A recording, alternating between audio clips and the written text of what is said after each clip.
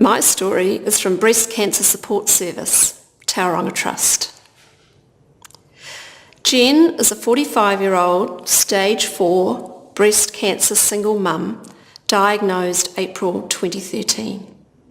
She has 2 girls aged 13 and 15, a useless ex, a family overseas, works full-time and is studying part-time. She writes, "What do we mean by the healthy? People without a terminal illness, or the terminally ill who are well? The one piece of advice I would give to the healthy is don't tell the terminally ill of miracle cures or how we can heal ourselves. We did not cause this to happen to ourselves. There is no cure. That's why we call it terminal. This is not self-inflicted. We blame ourselves anyway, so we don't need others telling us that. We have no control over what we have. We don't deserve it. We didn't get it from not living healthily. Giving up dairy, coffee, sugar, and taking up yoga, supplements, exercise would not have prevented us from getting this. And when people suggest this, it implies we did it to ourselves, that it is somehow our own fault, and that we had some kind of control over this thing that hangs over our lives and the lives of our family and friends. In the past, I have likened having a terminal illness to having your first baby. Everyone has advice. But people don't realise it makes you feel like crap when they offer the advice, like you were doing something wrong. When I get advice from others, I smile and nod and say thanks. I'll look into that further. Then I go out, I have a wine, I have a bacon roll or a piece of chocolate cake, and I think, stuff it.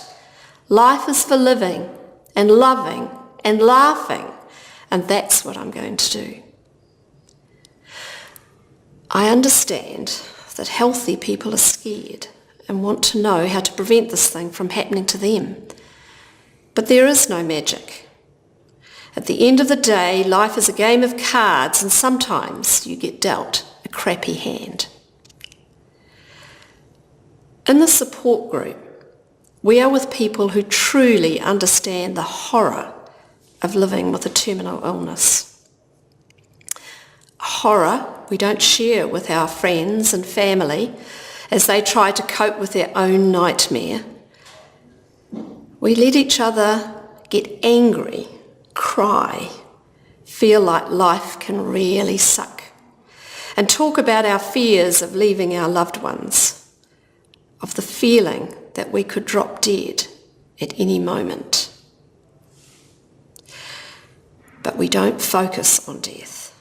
We block it out, keep it from the door, don't mention its name. We have knowing looks and sad laments of those who have left the group. But we look forward, always forward. Most importantly, we understand and make each other laugh.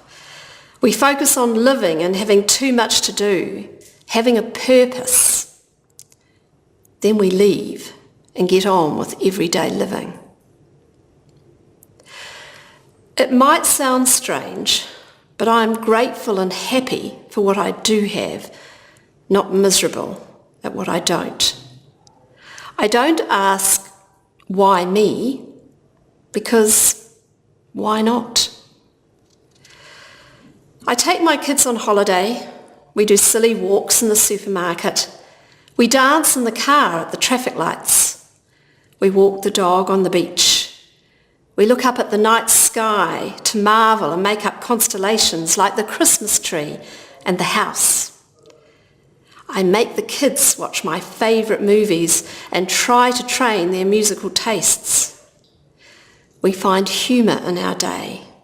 We laugh and argue and sing, and we treasure every moment. After all, what else can we do?